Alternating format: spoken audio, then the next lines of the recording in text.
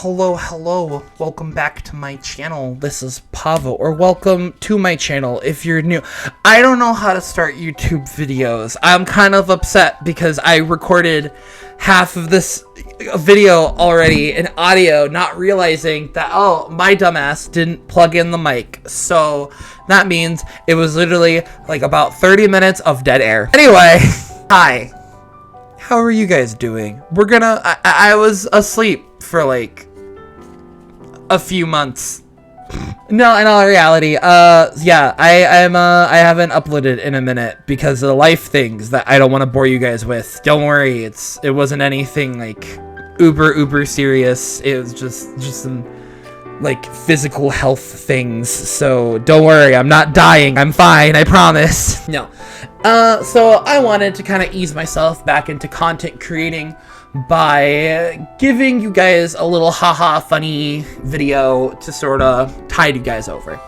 Think of like a sketchbook story time without the sketchbook, because I do digital art and that's why you guys are moving on. So as you guys know, I enjoy video games and anime. That's what this is about, except cut the video part out of video game and replace it with tabletop games, specifically card version. This is about card games. I don't know why I'm beating around the bush. So I actually used to play, I still do, I play card games pretty frequently, at least once a week. I go to my local game store and play some cards and, you know, throw some cardboard at people like I'm Seto Kaiba. And, you know, it's just a fun time for everyone. However, there used to be a time in my life where I used to actually pretty hardcore sweat at card games. Kind of. I don't think I was actually that, like, hardcore sweaty, in all honesty. So this story takes place in, like, I want to say spring of 2016. But before I really get into the story, you guys need a little bit of context. In the year of our Lord and Savior, 2014, you know, fresh Pavo, going into high school, being edgy, all that kind of stuff, was at a bit of a crossroads. At the end of 2015, mid-2015, Yu-Gi-Oh! It was kind of the beginning to mid-pendulum era in Yu-Gi-Oh! Where the game got to a point that I personally didn't really enjoy, and I wasn't a fan of Magic because I don't like Magic's slower gameplay and just kind of it's how it mechanically works with its deck building. I just am not a fan of it. And Yu-Gi-Oh! I don't like pendulum monsters. I am one of those people. I think pendulum's a bad mechanic. Crucify me. I like Link supremacy, BB. But that aside, it really puts someone like, you know, I was in a bit of an awkward position at the time, especially since the one guy I used to play Yu-Gi-Oh! With all the time, I didn't really hang out with anymore, and I didn't want to play Magic because I just wasn't a fan of that game. So I was stuck in a conscientious position. This is when one of my other friends broke the cloud barrier and came down to me like God and was like, what if it was Magic but with waifus? And this is where I was introduced to the card game known as Force of Will. And I guarantee either none of you guys know what that is, or like the two of you that do. Hi, I am also somewhat of a Force of Will stan, or at least I used to be till it kind of imploded on itself after introducing a bunch of new mechanics, all Yu-Gi-Oh! Style. And yeah, or like I said, those of you who know Force of Will have just creamed your jeans for the fact that I'm bringing it up. So Force of Will is a card game that basically has similar mechanics to that of Magic, but instead of having the worry of being mana flooded or mana dried, your mana is in a separate deck. And you have a pretty neat, cool avatar-esque character, kind of like a Vanguard in Cardfight Vanguard, that is constantly on the field and omnipresent throughout gameplay. And it has big number like Yu-Gi-Oh! And artwork similar to that of Vanguard, mostly because both Cardfight and Force of Will use very similar freelance artists, so, you know, there's that. But anyway, so for this, you know, at the time, Force of Will was still a relatively new card game. Along with that, the biggest draws to me was I really liked the art of the game. I liked the characters they used, because the characters in Force of Will, if they're not original characters, tend to be based on fairy tales, stories, and legends. So like Bahamut, King Arthur, Alice in Wonderland, Scheherazade. They went pretty versatile actually with most of the fairy tales. Actually, I didn't even know who Kaguya was, because this was before Kaguya was announced in Naruto. I actually learned who Kaguya was through Force of Will. Probably not a good thing, but I'll take the point where I can get it. So Force of Will was a pretty fun game, and along with that, being, you know, a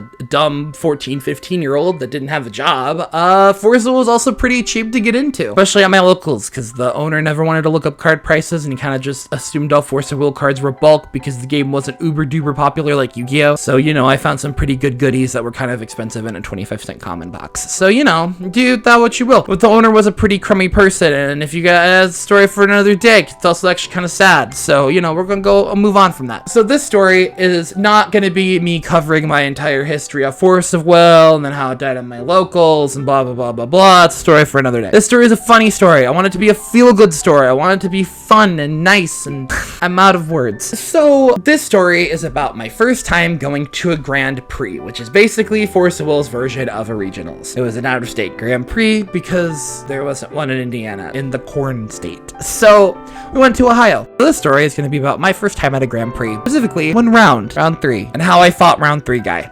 So I bet you're wondering, but Pavo, who's round 3 guy? Why aren't you making up some dumb name for him, like James Baxter or Olivia Gutierrez? I don't know. Those are just names I thought of off the top of my head. The reason why is because I want the story to be funny, and I think it's funnier for just to, like, you guys to imagine a guy with a blank face and just a 3 on it, or that's horrifying to you. I don't know. But I'm calling him round 3 guy because I don't remember his name, because for those of you who don't know, it's not really customary for a Grand Prix or a card tournament to sit down and like do introductions. Usually just sit down and go, oh, you this number? And you're like, yeah. And they're like, oh, neat. I'm this number, I'm your opponent. And you sit down and start playing. The most you see for their names is like on the little slip the judges give you, so you can record who won and who lost when you guys are done playing. You know, this happened like almost a decade ago at this, like 6 years ago at this point. So you know, sorry if I don't remember every minute detail. This is more the broad strokes of the story. So I think at the time I did pretty good for my first Grand Prix.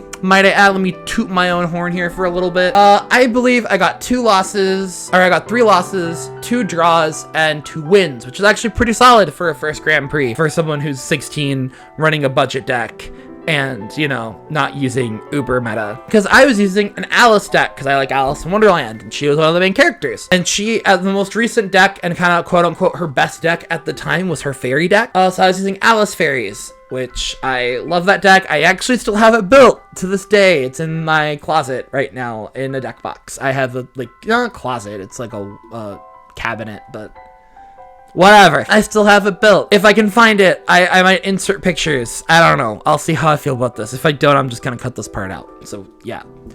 But yeah, it's Alice Fairies is one of my favorite decks. And I thought I'd be kind of a little sneaky going to Grand Prix using a fairy deck. Because, you know, it's not a deck a lot of people use anymore at that time.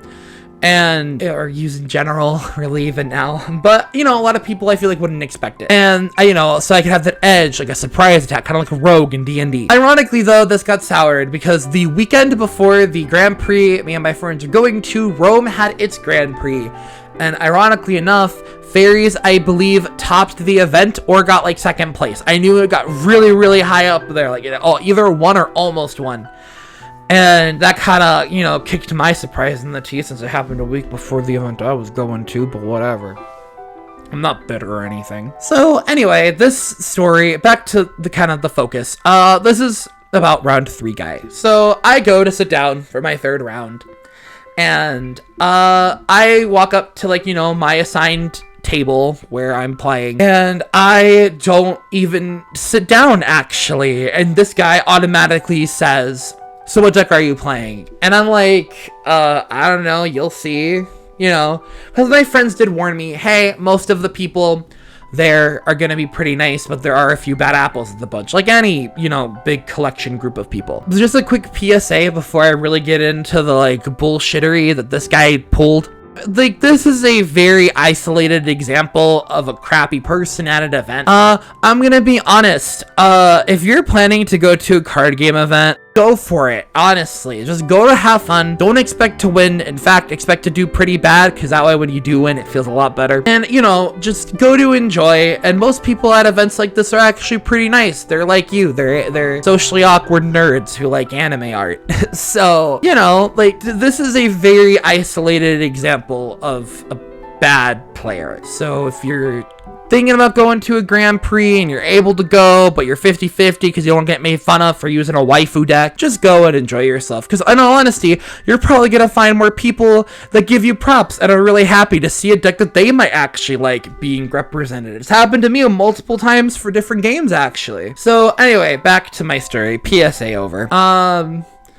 I tell the guy, you'll see when we start actually playing. So I, you know, put up my mat and pull out my dice so I have them just in case we need them. And this guy, as I open my deck box and I start pulling my deck out, he does this little bit where, you know when you like drop something under a table and you like bend over on the side to like see where it landed so you can pick it up, or like kind of scoot it closer to you so you can pick it up? He like does that little number, but like doesn't fully go under the table, obviously, to see who my ruler is. And he sees her, which my ruler wasn't Alice at the time, it was another character named Charlotte. Alice was in like a little side deck that I could swap into her later, because Charlotte was really good at my kind of deck, because the fairy deck in Force of Will is one of those decks that's like death by 1,000 pokes. So you play a bunch of big guys, because let's be serious here, if your opponent keeps continuously taking 200 to 300 points of damage per attack, it's gonna stack up after a while. But unfortunately, decks like that have a bit of a drawback where you burn through your hand pretty fast, and Charlotte had a really neato ability where when she enters play, when she flips over, because rulers are double-sided and you could play a cost, or if you met a condition, you could flip them, where when she enters play, you take the number of cards in your hand, subtract it by 5, and then draw the difference. So if you have like 1 card in your hand, you draw 4.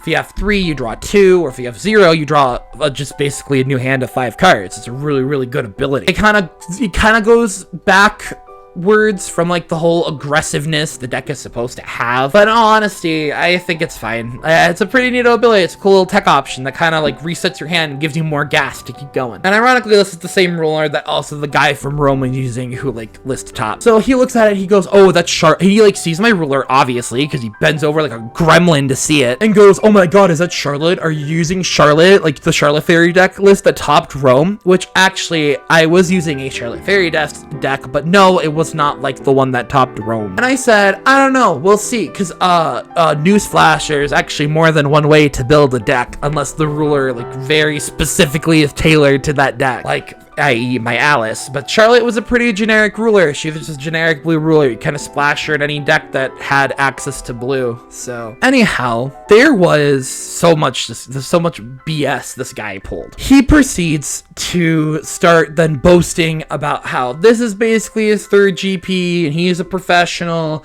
and I shouldn't feel so bad that if I lose to him, because I did like kind of tell him, like, because he asked me, he was like, oh, is this your first Grand Prix? And I said, yeah, it's my first like big event for any card game, actually. And that's when it gave him, and I guess me telling him that, yeah, it's my first time at a big event, I'm kind of nervous, but people have been really nice so far, gave him the green light to start boasting about his achievements at previous Grand Prix. So me and him shuffle and get our stuff started and mulligan our hands and yada yada yada. And he is using a very meta deck at the time. It was Gil Alhamat, and to sum up what he does, think Harry Potter wizard with edge. That was the aesthetic and the playstyle of his deck. Just spam a bunch of spells, collect counters, to then pay costs for bigger spells. Ironically enough, this deck was the exact same deck my friend Brandon was using, who was with us at the event. And because Brandon is my worst matchup, because Alhamat was a control deck, I played a lot against Brandon, so I would know how to counter him. And because Brandon pretty much net decked his deck, and this guy also net decked his deck, I knew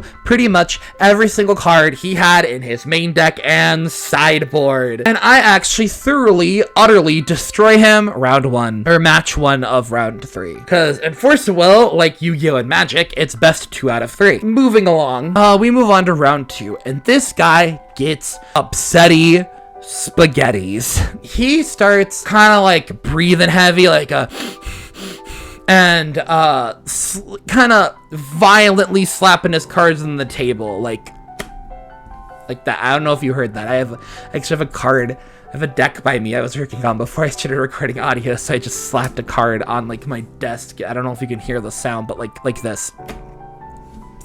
I don't know if you heard that. If not, I'm gonna cut this part out. But he starts slapping cards on his mat, and you know, it's obvious he's getting a lot more aggressive. So, and something he starts doing is he starts rule sharking me. For those of you who don't know what rule sharking means, basically, if you make a play and you say something like, oh, I'm doing this, or I'm doing A, B, and the result is C, and you don't sound so confident about the end result, your opponent will call a judge over. Or if you accidentally make a little itty bitty misplay, they will call a judge over to try to get you like DQ'd or whatever. And most of the time, rule sharks end up getting the boot rather than the actual person getting rule sharked. He was doing really petty rule sharking. For example, in my fairy deck, I have a card called Vivian, and her effect is that whenever a fairy enters play, buff all of my cards by 200 for the turn. This can proc multiple times in a turn. Vivi herself, obviously, is also a fairy, so she procs on her own entry. So I play my Vivi, and I go, okay, I'm gonna play Vivian, and Vivi procs Vivi. And he goes, judge? Which he didn't, I did the same thing last game, and he didn't judge call me for it. So I don't know why he was doing it now. So the judge comes over, and he asks the judge, can Vivi proc Vivi? And the judge goes, yes, Vivi is a fairy, so she can proc Vivi. And the judge walks away. So then I, again, play another Vivian from my hand, because it was more kind of mid to late game. And I go, Vivi procs Vivi. And he goes, judge? And I'm like, are you kidding me? So the judge comes over again, and the judge goes, yeah, what's up? And he goes, does Vivi, in fact, proc Vivi? And judge goes, yes, I've already ruled this. Vivian is a fairy, therefore Vivian would proc her own ability, because she is a fairy entering play. And the guy goes, okay, fine. And then next turn, I do it again. I play a third Vivi. And he goes, judge? And I'm like, are you kidding me, dude? So then the judge comes over again. He goes, yes, how can I help you? And the judge is like obviously getting a little annoyed at this point. And the guy goes, does Vivian really proc Vivian? And the judge goes, yes, she does. He goes, what does it say right there? What's her race trait? And he goes, it says fairy. And he goes, what does Vivian's effect say? When a fairy enters play, all cards you control gain 2/2 until the end of turn. And he goes, okay, yes, Vivian procs Vivian. And then the guy goes, well, judge, does Vivian stack? Because I had multiple copies, so all of them would be procking at the same time. And he goes, yes, because Vivian is not a once per turn. The judge, thoroughly annoyed, walks away. And he did it for a bunch of other cards too. Round 2, eventually, I lost because he just kind of out-controlled me, and I just didn't have enough gas. And then we enter round 3. And this is where, because I don't know, so also, real quick, games at big events, and sometimes locals, depending on how many people you have, at least in my area, are timed. I think, first of all, you have 45 to 50 minutes per round. And if you hit time, you enter something called turn 0. Basically, how it works is, each player from there on gets 2 turns.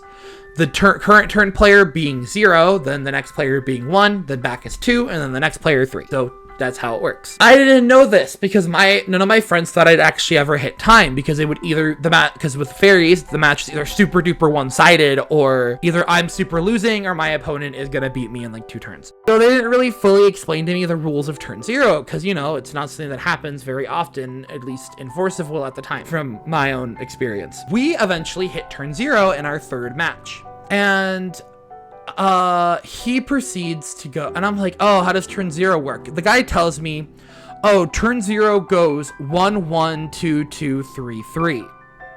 So because we each get 3 turns. No, it's not 3 turns, it's 4 turns shared between the 2 of us. Or like, I guess a turn and a half, technically, or 3 turns and a half. So I, you know, me being my dumb self, goes like, oh, okay, I believe you, instead of calling over a judge. And we continue playing. And on my previous turn, which was my last turn, I couldn't kill him, but I got pretty close. I dealt him 1,500 points of damage, so he was at 2,500 life points left. Or he was at 27, I was at 25. And the previous turn, I played 2 spells, I played 2 of the same spell called Song of the Fairy King. This revives 3 of my 1-drop fairies from my graveyard back into play. 3 of which was a card called Light Sprite, which is a little light fairy monster that when I rest it, heals me by 100 points for each fairy I control. I'll insert a picture of the card here so you guys can see it. This guy draws for turn and goes, I think I just won. And I'm like, oh, and you know, at this point, me and everyone around us are pretty like annoyed with this guy. So I roll my eyes and I go, okay, how did you just win? And he goes, because I played this, and this man proceeds to tap himself out and use every single one of the counters he collected this game. Like grand total to like 17 or something. And he goes, I'm gonna play Steam Eruption. Steam Eruption, for those of you who do not know, I'm gonna insert it here, is an ancient magic spell card. So how it works is that you can use magic counters to pay its additional cost. It costs 2 to activate and then X. The X is how much damage it deals to a creature.